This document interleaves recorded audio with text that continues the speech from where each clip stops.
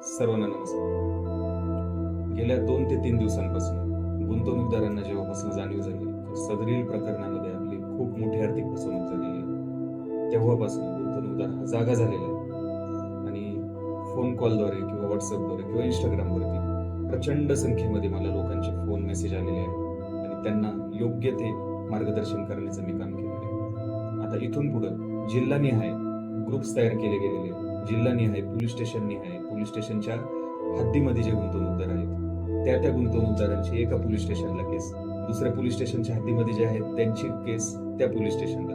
या पद्धतीने जोपर्यंत FIR ची संख्या आपण वाढवणार नाही, जोपर्यंत सत्य हे शासनाच्या समोर आपण आणणार नाही, तोपर्यंत आपल्याला यामध्ये कोणीही न्याय देणार नाही. केसेस दाखल झाल्याच्या नंतर सिस्पे इन्फिनिटी बीकॉनचा माझा अनुभव असा आहे, केसेस दाखल झाल्याच्या नंतर रस्त्यावरती, शासकीय कार्यालयांसमोर, विधिमंडळासमोर आणि इतर ठिकाणी आपल्याला जन आक्रोश मोर्चांचं आयोजन करणं खूप गरजेचं राहणार आहे. त्याच अनुषंगाने पुढच्या 1 आठवड्यामध्ये पुणे जिल्हाधिकारी कार्यालयासमोर जेवढे पुणे जिल्ह्यातले गुंतवणूकदार आहेत त्यांचा प्रचंड प्रमाणात प्रतिसाद अपेक्षित आहे.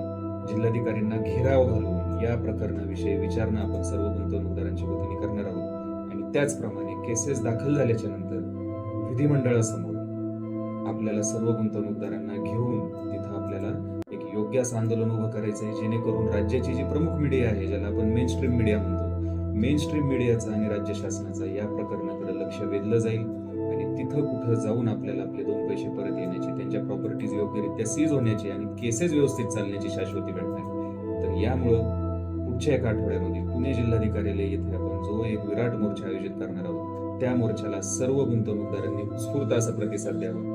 त्यामध्ये मोलाचं असं कायदेशीर देखील मार्गदर्शन मी करणार आहे आणि त्यानंतर आपली पुढची वाटचाल देखील आपण त्याच आंदोलनात ठरवणार आहोत. तरी सर्व गुंतवणूकदारांनी या सर्व गोष्टींमध्ये उत्स्फूर्तपणे प्रतिसाद देणं गरजेचं आहे. त्यामुळं आपल्याला न्याय मिळण्याची शक्यता ही आणखीनच बळावणार आहे.